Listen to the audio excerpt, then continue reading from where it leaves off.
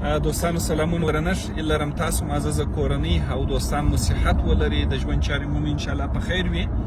دوستانو تاسو په جریان کې یاست چې تیره شپه د پکتیکا او خوست ولایت ځینې سیمې زلزلې ډېرې سختې وځپلې، په سلهاوو کورونه وران سوله، په سلهاوو کسانو خپل شیرین ژوند د لاس څخه ورکړي، په سلهاوو کسان زخمیان دي او دا داسې غریب نشینه سیمه وه، بېوزلې وه، د مخه څخه هم داسې اقتصادي وضعیت د دې سیمې ښه نه و. زموږ د معلوماتو پر اساس باندې مو دا د ایثار وختي مو سفر را شروع کړی دی، وربسو د دوی سره به غم شریکي مو وکړو، د خپل وس مطابق به مرسته مو وکړو. دوی چې شته ضرورت لري هغه غږ به هم تر تاسې پورې در ورسوو. ولې دا د حاجي صاحب ظریف ګل ورور هم را سره دی، حاجي صاحب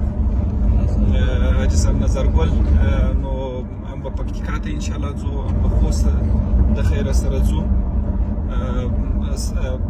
په داخل کې او په بهر کې پر ټولو افغانانو باندې غږ کوم چې د خپل مرسته د پکتیا او د پکتیکا او د خوست د زلزله ځپلو کورنۍ سره مه سپموئ. دې ته مه ګورئ چې ستاسو مرسته لږ ده، بلکې دې ته وګورئ چې ستاسو لږ مرستې ته نن ستاسو یو ورور، یوه خور، یوه مور څومره ضرورت لري. مرسته وکړئ او ژوند وژغورئ، د لوی او مهربان الله جل جلاله رضایت حاصل کړئ او د رسول الله صلی الله علیه وسلم سنت را ژوندی کړئ. دعا کوو چې لوی مهربانه بېنیاز او ستر ځواکمن الله جل جلاله دې ټول شهیدان غر کې رحمت، جنت فردوس دې په نصیب سي، زخمیان ته دې لوی او مهربان الله جل جلاله عاجله شفا ورکړي او دردمنو کورنیو ته دې، غمځپلو کورنیو ته دې الله پاک رب العزت خوشحالي او هوساینه ورکړي.